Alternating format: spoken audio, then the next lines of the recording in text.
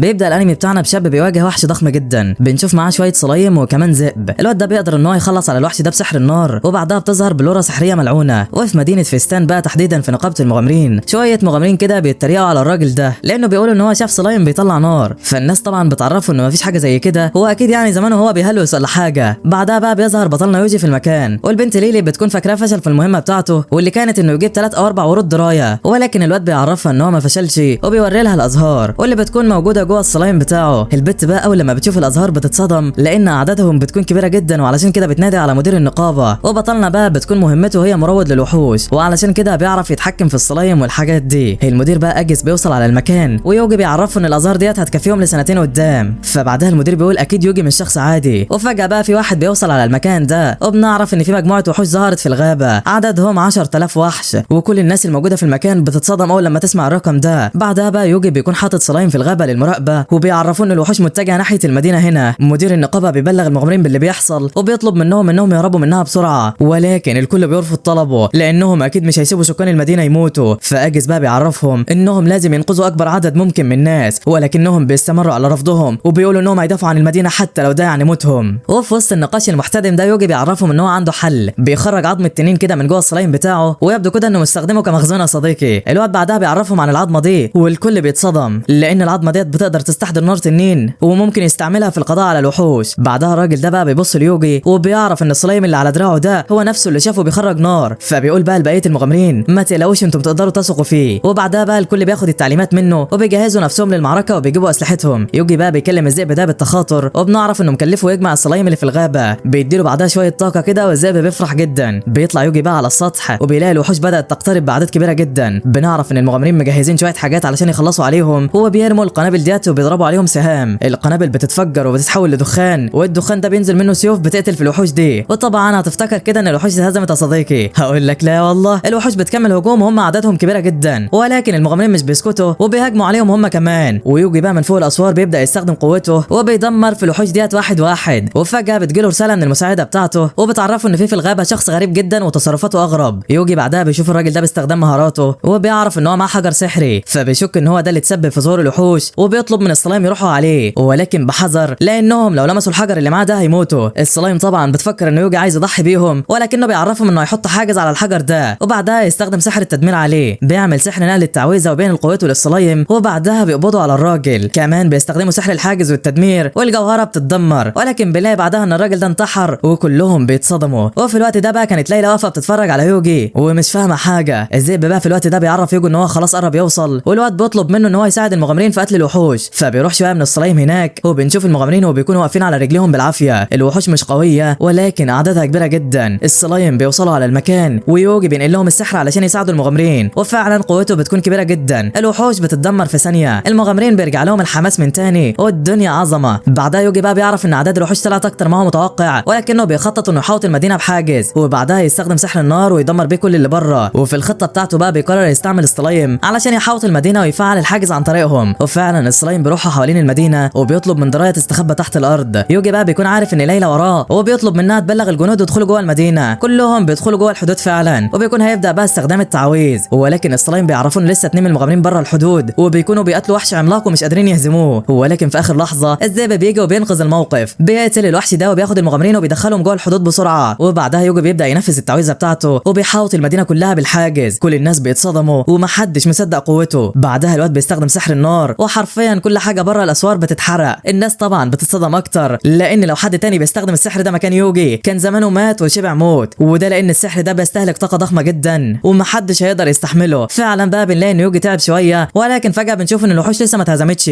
فيوجي بيقرر انه يعمل التعويذه من تاني، والبنت ليلى بتحاول توقفه لانه لو عمل كده ممكن يموت، ولكنه مش بيسمع كلامها وبيستخدم السحر فعلا. وبعدها كل الوحوش بتتدمر، بس الواد بقى بيكون جاب اخره وبيغمى عليه من التعب. بنشوف بعدها المدير وهو بيتفحص الغابه، واول لما بيلاقي المصباح ده بيتصدم من شكله، ويبدو كده ان الموضوع في ان يا صاحبي. بعدها بقى يوجي بيصحى وليلى بتعمل له الاكل وبياكل، وسكان القريه بيكونوا عملوا احتفال كبير. يوجي بقى بيفتكر ذكريات قديمه ليه، ويبدو كده انه كان شغال في شركه ولا ايه. بعدها البنت بتروح تجيب له غطا، ولكن اول لما بترجع بتلاقي مشى من المكان، وبنعرف ان هو مشى لانه مش عاوز يجذب الانظار ليه. وبنشوف بقى المدير وهو بيتكلم مع ليلى وبيقول ان المصباح ده عليه علامه الطائفه، وشكل في حاجه خطيره. يوجي بقى كان حاطط سلايم عنده وبيراقبه وبيعرف كل حاجه. بعدها الواد بيوصل على مدينه جديده، والدنيا رايقه. بعد ما يوجي بقى بيدخل المدينه الصلايم بيعرفوا انهم جعانين، فبيروح يجيب لهم لحمه وبيقعدوا ياكلوا، والراجل ده بعدها بيقول له ان في كاهن جه هنا من المركز، فبعدها الواد بيشك ان المركز هو اللي تسبب في ظهور الوحوش دي. بعدها بقى بيروح على نقابه المغامرين وبيسجل هناك، ولكن البنت اللي هناك مش بتكون حابه تسجله لان في المدينه ديت المروضين مالهمش اي 30 لازمه، ولكنها في الاخر يعني بتسجله وبتعرفه انه لازم يساعد فريقه. وبنشوف فريقه بقى واللي بيتكون من رودس مستخدم الخناجر ولينا بتاعه السهام وليسا مستخدمه الرماح. بيتعرفوا بقى على يوجي، ولكن رودس ما بيكونش عاوز ياخد يوجي معاهم لانه شايف ان هو هيكون مجرد عبء عليهم مش اكتر. البنات بقى ما بترضاش تسمع كلام رودس وبتقول له احنا اصلا مش عاوزينك تيجي معانا، وده بسبب الشائعات اللي طالعه عليه. فرودس بيقول لهم ما تصدقوش الشائعات دي، انا قدامكم اهو تحكموا عليا كده. البنات بقى بيقولوا له احنا مش هنرجع عن القرار ده الا اذا ساب يوجي يجي معاهم، فبعدها الواد بيوافق. بعدها بقى بيحددوا الخطه وبتكون مهمتهم انهم يلاقوا تنين الارض، ولكن الوحش ده بيكون قوي جدا وهم مش هيقدروا يحاربوه، والمهمه بتاعتهم يعني من الاخر تقتصر انهم يلاقوه بس من غير قتال يعني. رودس بقى يكون في المقدمه ولينا في النص وليسا في الاخر. يوجي بقى بيسالهم عن دوره وهم بيعرفوا ان هو هتكون مهمته يحدد مكان الوحوش وبس، وفعلا بيروحوا على الغابه ويوجي بيتكلم مع الذئب بالتخاطر واللي بيعرفوا ان في وحوش قدام، فيوجي بيعرف بقيه الفريق بكده، فبيتصدموا اول لما يوجي بيقول لهم كده لانهم مش بيكونوا شايفين اي حاجه قدامهم وبيقولوا انه مجال رؤيه يوجي واسع جدا. بعدها رودس بيجري لقدام وفعلا بيلاقي الوحوش، بيندهش طبعا اكتر من يوجي وبيقول لهم ما تقلقوش انا هتكفل بالوحوش بنفسي، وفعلا بيقتل فيهم واحد ورا الثاني والواد قوته مش وحشه نهائي، وفعلا بيقدر ان هو يخلص عليهم كلهم. وبيقول بعدها ان هو اصبح معجب بمهاره يوجي. بيخيموا بعيد بقى شويه علشان المنطقه ديت مليانه قطاع طرق، والبنات بقى بيسالوا يوجي اذا كان في حد يعني يعلمه المهارات بتاعته دي، فبيقول لهم لا هو اتعلمها بنفسه. بيستفسروا اكتر بقى عنه والواد ما بيكونش عارف يقول لهم ايه. رودس بقى بيقطع كلامهم وبيعرفهم انهم هيتناوبوا في الحراسه، الاول البنت لينا وبعدها رودس وبعدها يوجي وليسا، وفعلا بيروحوا علشان يناموا. ولكن فجاه بنلاقي يوجي حصل له فلاش باك كده للاحداث وبنشوفه وهو في الغابه، وبيكون اخر حاجه فاكرها انه اشتغل اكتر من اللازم. بيحط ايده في جيبه كده وبيجي له اشعار انه تم ترويض الوحش ده، وبنعرف ان دي كانت اول مقابله ما بين يوجي والسلايم واللي بياخدوا على مكان مليان كتب، وبنشوف اعداد كبيره جدا من السلايم كلهم بيكونوا عاوزين ينضموا ليوجي، وفعلا بينضموا له. وبنعرف بعدها انهم لو قرأوا اي كتاب او اتعلموا اي حاجه فالمهاره ديت بتنتقل ليوجي بشكل رسمي، ولكن الواد بيكون مستغرب من اللي بيحصل ده ومن السحر ده وكل حاجه يعني. ولكن بعدها الواد بيصحى وبنعرف ان كل الكلام ده كان قبل اسبوع، وفي سلايم بيكلموا بقى بالتخاطر وبيعرفوا ان رودس هرب في نص دوره الحراسه بتاعته. البنات كمان مش بيكونوا موجودين فبيخلي الذئب يتبعهم، وبنعرف ان البنات بيلاحقوا رودس واللي بيكون بيجري في الغابه، بيحس ان في حد بيجري وراه وبيقف كده وبيرمي الخنجر ده. الخنجر بيجي في السلايم ولكنه مش بيشوفه. بعدها بيروح على مكان غريب كده بيقابل الراجل ده، بيعرفه ان الغنيمه المره دي هتكون بنتين وواد وحاجه اخر حلاوه يعني. يوجي بقى كان حاطط السلايم وبيصنط عليه علشان يفهم نيته. بنعرف بقى ان فريق الواد ده كان كل شويه بيختفي بسبب ان هو بيعمل كده ويخطفهم. رودس بقى بيكلم الراجل وبيقول له لو طلع حدسك صح فالبنات قريبين من هنا، هو حاطط لهم فخ قريب. الراجل ده بقى بيعرفه انهم لازم يتحركوا دلوقتي لان القمر قرب يبقى ازرق ومحدش بيكون فاهم هو قصده ايه. بعدها يوجي بقى بيقرر يخلص عليهم وبيدور على تعويذه علشان تساعده، ولكن كل التعويذ اللي عنده بتكون قويه جدا فبيختار تعويذه بقوه معتدله. بعدها بيفعلها بنلاقي المخيم ده بقى اتحول لتلج بالكامل، ويبدو ان التعويذه طلعت قويه قوي يا صاحبي. بعدها بيوصل يوجي على المكان والبنات بيكونوا فاكرين ان اللي عمل كده هو السلايم، فيوجي بيقول لهم ايوه هو السلايم. وبنعرف ان الراجل ده بقى اسمه غيليوس وهو من قطاع الطرق مطلوب للمحاكمه. بتكون ورقته متعلقه في النقابه بقى ولكن يوجي ما شافهاش. البنات طبعا بيكونوا مبهورين من اللي عمله يوجي وبيعرفوا انهم بعد كده يعتمدوا عليه في اي مهمه، فبيفتكر لما كان في الشركه بتاعته زمان وبيقول في نفسه انا ما بحبش حد يعتمد عليا. البنات بقى بيقرروا يمشوا ويسيبوا المهمه لان دلوقتي اللي بيقاتل الوحوش مش موجود، فيوجي بيعرفهم ان السلايم هيقدر يساعدهم وبيقول في نفسه ان هو هيقدر يثق في الاثنين دول. بعدها الكل بيوافق وبيقرروا يشوفوا مكان تاني علشان يخيموا فيه. واول لما بيلفوا وشهم يوجي بيرمي السلايم لفوق كده، ولكن الرميه بتكون قويه جدا ومن شده قوتها البنات بيحسوا بيها. وبعدها السلايم بقى بيلاقي مكان حلو يخيم فيه وبيروحوا على هناك. البنات بقى لغايه دلوقتي في حاله صدمه ومش فاهمين ايه ده. بعدها الواد كمان بيخلي السلايم يولعوا نار وبيطلعوا الخيم وكمان عده الاكل. البنات بقى جالهم ايرور 404 ومش مستوعبين اللي بيحصل ده. الواد بقى بيقرر انه يبدل في الحراسه مع الذئب علشان البنات تنام، بس بقى هو اثناء ما كان راح ينام بيفكر في الغيليوس قاله واللي هو الكلام عن القمر الازرق والحوار ده، وشاكك يعني الموضوع له علاقه بالهجوم على مدينه فستان. في مكان تاني بقى بنشوف راجل بشعر ابيض كده بيبص للقمر بقلق وشكله كده يعرف حاجه عن الموضوع ده. وتاني يوم بيكون الكل في الغابه، وتاني يوم العيال في الغابه بيجي عليهم هوا جديد، فالبنت بتقول ان اكيد الهوا ده جاي من وادي الرياح وهو وادي موجود ما بين الجبال. في اشاعات بقى بتقول ان الهوا ده من تنين الارض وعلشان كده لازم يدوروا على التنين هناك. يوجي بقى بيستخدم السلايم في البحث ولكن ما بيلاقوش اي حاجه، فبيفتكر بقى وهو ماشي انه قبل اسبوع كان في امتحان قبول المغامرين، كان الاختبار الاول هو قياس القدره السحريه. ويوجي اول لما بيقيس قوته الجوهره بتتكسر. كل اللي في المكان بقى بقى بيتصدموا. لا هو مش بس كده، ده لما يوجي بيروح على الاختبار اللي بعده واللي هو عباره عن انك تستخدم قوتك على الصخره دي، يوجي بقى بيقوم مستخدم اقوى تعويذه عنده، وكل اللي في المكان بيتصدم لانه استخدم التعويذه من غير ما يقول اي حاجه. ومن الشائع انك لما تستخدم التعويذه لازم تقول اسمها، واللي مش بيقول اسمها يعني بتكون عندهم قوه سحريه جباره، ولكن في كل الاحوال يعني لما انت ما بتقولش اسم التعويذه بتكون اضعف. فيوجي بيقرر يقولها بقى ويجرب من تاني، ولكن اول لما بيضرب بالتعويذه الحجر حرفيا بيتفتت لحتت، كل اللي في المكان بتجيلهم سكته قلبيه من شده الصدمه، والدنيا عظمه. نرجع تاني بقى للحاضر وبنلاقي السما اتحولت للون البنفسجي. البنات بقى بتفتكر ان يوجي هو اللي عمل كده، فبيوضح لهم ان هو ما عملش اي حاجه. بننتقل لواحد غريب بيسال راجل اسمه ستايل عن اللي بيحصل في السما، فالراجل بيعرفوا ان في نبوءه قديمه بتقول ان لما السما تتحول للازرق بتحصل كارثه. وفجاه بنلاقي شعاع نور نازل من السما وبنعرف ان ده تنين، ولكن بيكون حجمه ضخم جدا، والسما بعدها بترجع للونها الطبيعي. يوجي بقى بيعرف البنات ان في تنين ضخم وراهم، وبيقولوا انه حتى اكبر من تنين الارض. فالبنات بتقول له ده اكيد من فئه الكوارث واحنا حاليا لازم نهرب بسرعه. فعلا بيهربوا وبيقابلوا وادي في وشهم. البنات بقى بيعرفوا يوجي ان الوادي ده امان لان الوحوش مش بتيجي فيه بسبب الرياح. فيوجي بيتصل بالذئب وبيقول له يجمع الصلايم وبيستكشف المكان قدامهم تحسبا بس يعني، وفعلا بيمشوا قدامهم وبيلاقوا وحوش في الطريق، ويوجي بينقل التعويذ للصلايم وبيخلصوا عليهم. بيصادفوا بعدها هوا شديد جدا وبيقدروا انهم يعدوا منه بالعافيه، وبنعرف ان الهوا ده طالع من الحته دي وشكلها فيها حاجه. بيقابلهم بعدها بقى دب عملاق، فالذئب بيكون خايف جدا، ولكن الصلايم بيخلصوا عليه وبيعرفوا يوجي انهم قتلوا كل الوحوش اللي في الوادي. البنات بقى اول لما بتشوف الوحوش الميته بتسال يوجي عن اللي حصل، فبيعرفوا ان الصلايم قتلوهم، والبنات طبعا بيتصدموا. بعدها بيسمعوا صوت غريب جدا جاي من الارض، وبنلاقي الارض اتشقت وطلع منها تنين الارض. والله زي ما بقول لك كده يا صديقي، البنات بقى بيكونوا مصدومين، ولكن بطلنا ولا شغلوا الحوار ده، بيقول اكيد التنين ده كان مستخبي تحت الارض علشان الهواء الشديد ده طالع منه. البنات بقى بيطلبوا من يوجي انهم يهربوا، ولكنه بيقولوا انه هيجرب يواجه التنين ده، وده لانه عاوز يجرب تعويذه كده. في الاول بيجرب التعويذ الضعيف علشان البنات ما يلاحظوش حاجه، وبعدها بيجرب شويه تعويذ تانية ولكنها مش بتاثر في التنين نهائي ومفيش حاجه بتحصل له. بيستخدم تعويذه تانية بقى اقوى شويه وبرده التنين ما بيتخدش حتى. وفجاه بنلاقي هوا شديد جدا جه على المكان وبيكون محمل بالاتربه، بيغطي الرؤيه عن الكل ومحدش بيبقى شايف حاجه. ويوجي بقى بيقول ان هي ديت فرصتي، بيستخدم سحر النور بتاعه وبيشوف التنين، وبعدها بيستخدم سحر نار الهلاك وحرفيا المنطقه كلها بتولع. البنات طبعا مش شايفين اي حاجه ولا عارفين اللي بيحصل، الهوا بيختفي وكل حاجه بتظهر. ويوجي بيعرف البنات ان هو قضى على التنين، بيكون التنين بقى اتحول لعظم يا صاحبي. والبنات طبعا بتتصدم، وواحده منهم بتقول ليوجي انت اكيد استخدمت النار وولعت المعادن القابله للاشتعال تحت الارض. فيوجي بيقول لها ايوه عندك حق.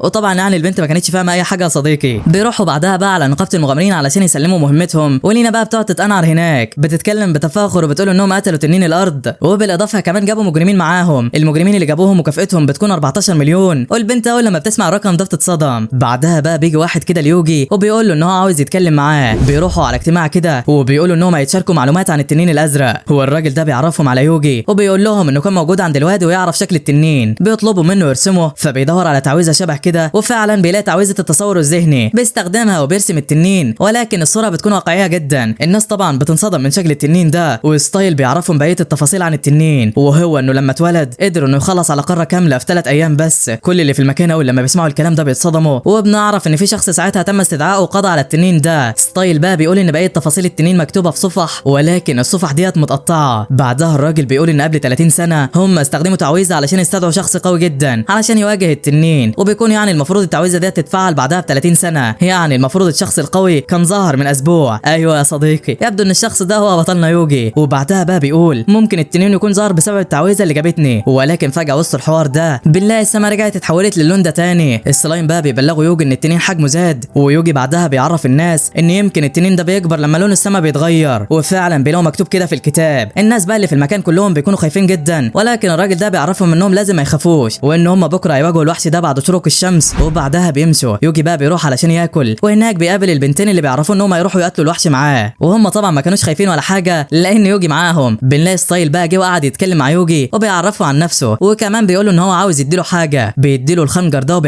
وبيعرفه ان مفيش ولا شخص واحد قدر يستخدمه من اعوانه. واول لما يوجي بيجي يمسكه بيجي له اشعار كده، وبنعرف ان الخنجر ده بيركز على القوه السحريه، وكمان مش بيتكسر ومصدره مجهول، واسمه بيكون خنجر كاسياس. ويوجي بعدها بيسال الراجل ده هو اداله الخنجر ليه، فالراجل بيعرفه انه حس ان هو لازم يديهوله. يوجي بعدها بقى بيقول له تمام، وبيروح علشان ينام. بيفكر في اللي هيحصل بكره، وبيقول لو حصلت معركه بكره ارواح كتيره هتموت، ولو سيبنا التنين يكبر اكتر فمحدش هيقدر عليه. السلام هو كمان بيكلم يوجي بيعرفه في الوقت ده ان التنين بقى اكبر وشكل الدنيا ما تبشرش بالخير. فبعدها يوجي بقى بيشد العزم وبيقول انا احاول. وشكله كده ناوي على حاجه يا صديقي. وبنعرف ان يوجي قرر يواجه التنين بنفسه، ولما بيوصل عنده بيطلب من الصلايم كلهم يرجعوا لورا الا واحد منهم بس. وبنعرف ان التنين ده مقاوم لجميع انواع السحر الا السحر المقدس وسحر النار، فيوجي بقى بيستخدم عليه سحر النار ولكنها مش بتاثر فيه نهائي. وبعدها التنين بيرد الهجوم وشكله هجومه قوي جدا، بيستخدم تعويذه الحاجز في اخر لحظه، وبعدها بيقرر انه لازم يهاجم عليه. هو بنعرف انه هيستخدم سحر نار الهلاك على سن الخنجر وبكده يقدر يقتله، وفعلا بيروح ناحيته ولكن التنين بيضرب عليه بالسحر، بس يوجي بيرمي السلايم لفوق وبيستخدم تعويذه نقل السحر وبيقدر ان هو يصد الهجمه دي. بيجري عليه بعدها وبيستخدم سحر القفز المعزز وبيقدر فعلا يوصل لحد التنين. بعدها التنين كان هيهجم عليه خلاص، ولكن الواد بيقدر يحل المشكله وبيبعد الهجمه. بعدها بيتمكن من الخنجر وبيغرزه في نص عينه، بيملى الخنجر بعدها بسحر الهلاك وفعلا بيقدر ان هو يدمر عينه حرفيا. طبعا بقى تفتكر كده ان التنين مات، هقول لك لا والله، التنين بيكمل هجومه من تاني وبيخبط يوجي خبطه حرفيا بتكسر عظمه. بعدها بيبص على نقاط السحر بتاعته بيلاقيها بالسالب، نقاط حياته كمان قلت بشكل كبير وشكله كده هيموت. بس الواد ما بيرضاش يستسلم وبيقوم علشان يواجه التنين تاني. التنين بيهجم عليه ولكنه بيصد الهجمه بسحر الحاجز. الهجمه كانت قويه جدا، ولكن في الوقت ده بيجيله اشعار، ايوه في تعويذه سحريه اسمها سحر الماكس ظهرت ليوجي، هتنتهي بعد ثواني. الواد بيقرر يستخدمها، اول لما بيعمل كده التنين بيقع على الارض. يوجي بقى بينتهز الفرصه وبيركب على ظهر الذئب وبيروح عند التنين وبيستخدم عليه سحر نار الهلاك مره تانية، وفعلا بيقدر ان هو يقطع رقبته وبكده يكون خلص على التنين تماما. بيمشي بقى من المكان ولكن بتشوف ان في حاجات بتلمع، بيروح هو بقى علشان ينام، ولكن بيخبط عليه الراجل ده وبيعرفه ان ستايل مشى من المدينه من غير ما يقول هو راح فين، ولكنه عرفهم ان في شخص مجهول قتل التنين. وبيقول بعدها ليوجي لو احتجت اي حاجه في اي وقت يا ريت تقول لنا. وبعدها يوجي بينزل علشان ياكل وبيقابل البنات تحت وبيعرفون المهمه بتاعت التنين اتلغت. بيسالوه هيعمل ايه بعد كده، فبيعرفهم ان هو هيمشي من المدينه دي وهيروح مدينه تانية، وبيطلب منهم يرشحوا له مدينه كويسه يروح لها. فبيعرفون ان في مدينه حلوه قوي وكمان اكلها حلو اسمها ريكاردو، فبيسالهم اذا كان فيها اي تنانين او وحوش او اي حاجه. فالبنت بتعرفه انه كل اللي كان بيحصل الفتره اللي فاتت دي مش كل يوم بيحصل يعني، والا كان زمانهم ميتين من زمان. فبعدها بيقرر ان هو يروح على المدينه دي، وبيقول ان هو لما يوصل هناك مش هيعرف حد بقوه السلايم بتوعه. وهو ماشي بقى بيجيله اشعار من السلايم بيعرفه ان درياد محتاجه تكلمه ضروري، وبتعرفه ان في فطر ظهر في المكان اللي مات فيه التنين امبارح، وانها تقدر تصنع من العشب ده جرعات الحكيم وكمان جرعات استعاده السحر واللي هتسمح لك تستعيد سحرك زي ما كنت قبل 5 دقايق. فبيعجبوا بالموضوع ده وبيقول لها تمام، بتطلب منه ان هو يساعدها في جمع الفطر ده فبيوافق. وبعد 5 ثواني بالظبط السلايم بيجمعوا كله، واول لما بتعمل الجرعه من الفطر الازرق بيطلع لونها احمر. فبتعرف يوجي انها محتاجه ميه نقيه علشان تتحول للازرق، فبيقول لها يوجي غالي والطلب رخيص. بيستخدم خاصيه التسخين والتبريد مع قدرات السلايم بتوعه وبيطلع ميه نقيه، ولكنه بيلاحظ ان اللي معاه ده شكله عامل زي الجوهره السحريه. فبتعرفه ان الجوهره السحريه بتتصنع من الفطر اللي بيطلع في الاماكن اللي ماتت فيها التنانين، وبيكون الفطر ده ولا تبع الخير ولا تبع الشر، بس لو وقع في ايد الاشخاص الغلط ممكن يدمروا بيه مدن كامله. وبعدها بنعرف اول مره تقابل فيها يوجي مع درياد، كان مغمى عليها جوه شجره ويوجي ادالها شويه من طاقته السحريه علشان تفوق. بتقول له بعدها ان في شخص استنزف طاقتها السحريه كلها وكان ماسك حجر كده في ايده. بتوريه ليوجي والواد بيستخدم سحر التدمير عليه، ولكن فجاه بتخرج منه وحوش كتيره جدا والواد بينقذ الموقف في اخر لحظه. بيستخدم سحر الحاجز وبعدها سحر النار وبيدمر كل الوحوش دي. بنرجع للحاضر بقى وبنعرف ان الميه بقت جاهزه، وبعدها البنت بتجرب تعمل الجرعه، لونها الحمد لله بيبقى ازرق. بعدها البنت بتفرح وبتشكر يوجي، بتديله شويه منهم وبتقوله انها راجعه للغابه وبتمشي. يوجي بقى بيكمل طريقه لمدينه ريكاردو، ولكن في الطريق بيكون في ضباب شديد. بيلاقي كده قريه صغيره وكمان بيلاقي ناس فيها، ولكن الناس بيكونوا غريبين جدا وكلهم بيبتسموا. بعدها الراجل ده بيطلب من يوجي ان هو يقعد معاهم الليله دي لانه مش هيقدر يمشي في الضباب اكتر من كده، بس الواد بيرفض طلبه. الراجل بيرجع يطلب منه انهم يتعشوا مع بعض، فيوجي بعدها بيروح معاه. في الطريق بقى بيتسال هو هنا ليه وبيعمل ايه، فالواد بيعرفه ان هو كان رايح مدينه ريكاردو ولكنه تاه يعني هو ماشي، وهو دلوقتي مجرد عابر سبيل. بس فجاه الواد بيلاحظ ان سكان القريه كلهم واقفين على الباب وشكلي في حاجه غلط. الراجل بقى بيعتذر منه وبيعرفه انهم ما جالهمش زوار من زمان مش اكتر، وعلشان يعني كده كل الناس بتبص عليك. يوجي بقى بيكون رافض ياكل، بس قبل ما يمشي بيسال الراجل عن اسم القريه دي، فبيقول له ان اسمها قريه سو. بعدها الواد بيطلع ولكن بيقول هو ماشي اكيد في حاجه غريبه هنا. بعد لما يوجي بيمشي بقى الراجل بيروح يتكلم مع حد يعرفه وبيقول له يا عم ما تقلقش منه، ده بس مجرد راجل تاه في الطريق، هو اصلا مروض للوحوش يعني وطاقته ضعيفه، واحنا كده استعداداتنا جاهزه وهنروح بكره نجمع بركه التنين من الغابه. بعد ما نستولي على قوتها هنطهر العالم ده. وشكل الراجل ده واحد من الطائفه الغريبه ولا يا صديقي.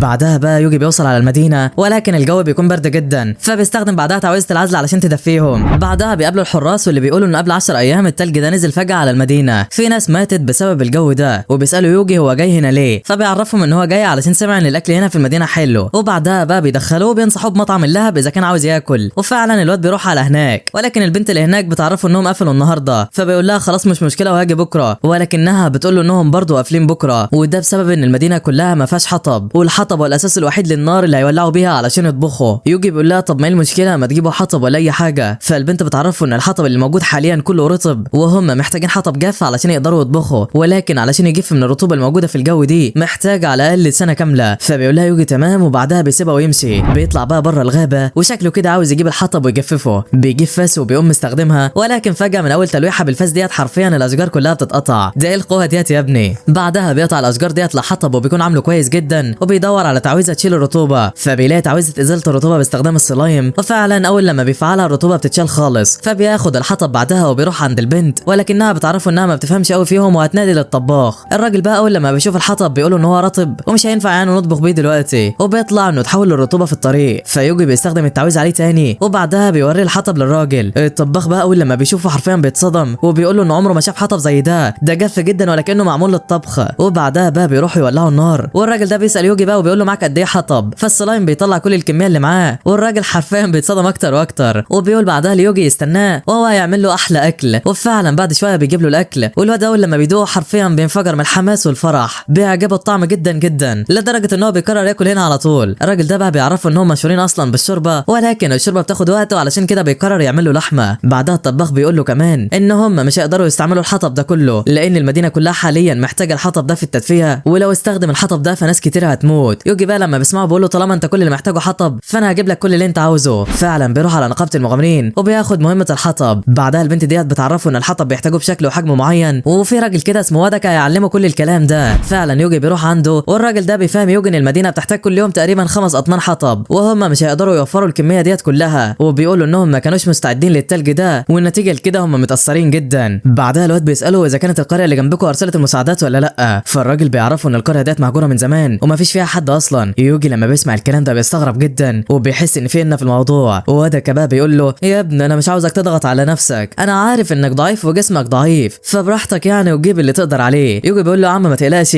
وبيطلع الفاس وهوب بضربه واحده بيقطع كل الاشجار اللي قدامهم حرفيا. كل الناس اللي في المكان اتصدمت، وبعدها الواد بيبدا يقطع الخشب. الواد بقى هو شغال كان عمال يسال ودك عن حاجات، ولكن الراجل مصطدم ما كانش مستوعب اللي بيحصل، وعمال يرد عليه ويقول له ايوه وبس. بعدها يوجي بقى بيخلي السلايم تشيل الرطوبه كلها من الخشب، وهو بيكمل تقطيع. بيودوا بقى الكميات ديت على نقابه المغامرين، والبنت بتشكر ودكا جدا لانه جاب كل الكميه دي، ولكنه بيقول ان الفضل كله يرجع ليوجي وهو اللي جاب كل ده. بيقول لهم بعدها ان لسه في تاني بس المساحه خلصت. فبتساله في قد ايه تاني، 30 كيلو ولا 40 كيلو؟ فبيقول لها لا لسه في مخزون 3 ايام، وانتم في اليوم بتحتاجوا 5 طن، يعني في كده 15 طن. البنت حرفيا هتموت من شده الصدمه، وبعدها بيبدا يفرغ الكميات، ولكنه بيقول ان دول هيكفوهم ل3 ايام بس، وبيفكر يجيب لهم تاني. بس البنت ديت بتكون قلقانه عليه وخايفه لا يضغط على نفسه اكتر. فالواد بعدها بيفرح لان سكان المدينه هنا طيبين جدا، وبيبدا يجمع خشب تاني، وطبعا هما بيدوا له فلوس كتيره. بعدها بقى بيروح ياكل عند العجوز، وبيعمل له اكل ليه وللوحوش اللي معاه، وبيدوق الاكل وبيعجبه جدا يا صديقي. الاكل حرفيا بيكون من عالم اخر، ولكن الراجل العجوز بيقول له انه كان يقدر يخليه احسن من كده بكتير، ولكن بعد ما الوحوش بقت بتهجم على المزارع ما بقوش لاقيين خضروات حلوه. فيوجي بيسيب المكان وبيقول له انه راجع تاني، وبعدها بيروح على المزرعه وبيقسم السلايم لقسمين، قسم يحمي المزرعه والقسم التاني يدور على الوحوش. وفعلا بيبدا يدور وبيلاقي الوحوش، فبيكونوا بقى خايفين جدا منهم، ولكن يوجي بيمدهم بقوه سحريه وبيقدروا انهم يقتلوهم بكل سهوله. بس في الوقت ده بيلاقوا حاجه كده شبه الكوره وبيبلغوا يوجي بيها. بيجيب بعدها بقى درياد وبتشوفها، واول لما بيلمسها بيعرف انها بركه التنين، وبنعرف ان هي ديت اللي بتمتص الطاقه السحريه في المنطقه كلها وبتجمع السحر هنا. وبنعرف بعدها بقى ان المنطقه اللي بيكون فيها السحر عالي بتكون درجه الحراره فيها عاليه جدا، اما المنطقه اللي فيها سحر قليل بتكون برد جدا، والكوره ديت هي السبب في البرد ده كله. وبنعرف بعدها انها بتكون مصنوعه من قبل البشر. بعدها يوجي بقى بيستخدم عليها سحر التطهير وبيقدر يدمرها. بيأمر السلايم يدوروا على اي كرات زيها، والصدمه يا صديقي انهم بيلاقوا 108 واحده. الواد بيقدر يطهرهم كلهم، وبعدها بيشك ان في حاجه غريبه في الغابه دي وكان عاوز يدمرها، ولكن درياد بتعرفه انها تنمو من تاني الا اذا كانت تحت تاثير اي سحر مش هتنمو. فبيقرر يخاطر ويدمرها، وفعلا بيبدا يدمرها كلها. بيلاقي بوابه تحت كده وبيقرر ان هو يدخل جوه علشان يفهم ايه اللي بيحصل. وطبعا الواد كان بيعمل كل ده علشان يساعد اهل المدينه اللي اكلهم عاجبه، يعني اهم حاجه الاكل برضه يا صديقي. فيا ترى بقى ايه اللي هيلاقوه تحت الارض وايه اللي هيحصل لهم؟ كمل معانا بقى يا صديقي علشان تعرف كل حاجه. بعدها الواد بينزل تحت، واول لما بينزل بيلاقي حاجات غريبه جدا شبه الالات اللي كانت في العالم بتاعه. بيشوف بقى احجار سحريه، ولكن فجاه بيجي 2 كده والواد بيستخبى منهم. بيعرف من شكل لبسهم انهم تبع الواد اللي شفناه قبل كده. بعدها الناس ديت بتبص على الاحجار وبيقولوا انها وحشه جدا، هم لازم يقولوا الخفير. فيوجي بقى بيقرر ان هو لازم يتحرك بحذر، وبيخلي السلايم يروحوا وراهم وبيستخدم عليهم سحر الاخفاء. بعدها السلايم بيعرفوا يوجي انهم خلاص وصلوا عندهم وماشيين وراهم متابعينهم، وفعلا السلايم بيدخلوا كده ما بين الابواب، ولكن بيقابلهم باب ما فيهوش اي فتحات، فيوجي بيعرفهم انهم لازم يشدوا مقابض البيبان ديت في نفس الوقت علشان يتفتح. بيعملوا كده فعلا والباب بيفتح. بعدها بيقابلوا سلم وبيطلعوا عليه، والسلم ده بيوديهم على قرية سو. يوجي بقى بيكون وصل فوقيهم، وبعدها السلايم بيتصنت على الناس ديت، ولما بنشوف الناس ديت بنعرف انهم نفس السكان اللي كانوا في المدينه قبل كده، ويبدو انهم بينتموا لطائفه القمر الازرق ومتخفيين في القريه ديت علشان يصنعوا الاحجار السحريه. بيقولوا بقى الخفير ان الانفجار اللي حصل دمر كل الاحجار السحريه. بيتجمعوا بعدها وبيعرفهم الزعيم ان مصادر السحر بتاعتهم واللي هي الكور يعني اتدمرت، ويبدو كده انها اتدمرت من قوه الانفجار، واللي عمل كده اكيد مش بشري، يمكن يكون بسبب نيزك ولا حاجه. الكل طبعا بيتفق على الكلام وبيقولوا انهم لازم يستعيدوا كل القوار السحريه. فالناس بعدها بتساله وبتقول له طب لو حد شافنا نعمل ايه؟ فالزعيم ده بيطلب منهم يقتلوا كل اللي في المدينه لانهم خلاص ما عادوش محتاجينهم. يوجي بقى لما بيسمع الكلام ده بيقلق جدا وبيقول ان هو لازم يتصرف لان الموضوع هيبقى خطر كده. بيطلب بعدها من السلايم يحاوطوا القريه كلها ولكن ما يقربوش قوي علشان ما حدش يكتشفهم، وشويه تانيين من السلايم يستكشفوا القريه بالكامل ويتاكدوا يعني ان ما فيش اي سكان، وفعلا بيعملوا كده، ولكنهم بيلاقوا اوضه منوره كده ومليانه بالكتب. فيوجي بيطلب منهم يجمعوا كل حاجه في الاوضه دي. بيبداوا تجميع فيهم وبنلاقي 2 وصلوا كده على حدود القريه، ويوجي بيستخدم سحر التقييد وبيمسكهم، ولكنهم في نفس اللحظه ديت بينتحروا. وشويه كمان من السلايم بيلاقوا باب مقفول تاني، ولكن المره دي مفيش اي مقابض يفتحوا بيها الباب. فالواد بيجيله فكره، بيفكر يعني ان المصابيح ديت هي المفتاح، وبيخلوا السلايم يقفوا قدام المصابيح دي. بعدها بيستخدم سحر الرياح وفعلا الباب ده اتفتح، وبيكون موجود جوه الاوضه ديت ذهب والماظ وكل اللي قلبك بيحبه، ولكن بيكون في حد جاي عليهم، فالسلايم بيخزنوا كل الذهب ده جواهم. وبعدها البنت ديت بتبلغ خفير باللي بيحصل، وبيعرفوا ان الانفجار ده كان بسبب بشري وهو نفسه اللي سرقهم. فبيكونوا مش عارفين هو ليه لغايه دلوقتي ما قتلهمش،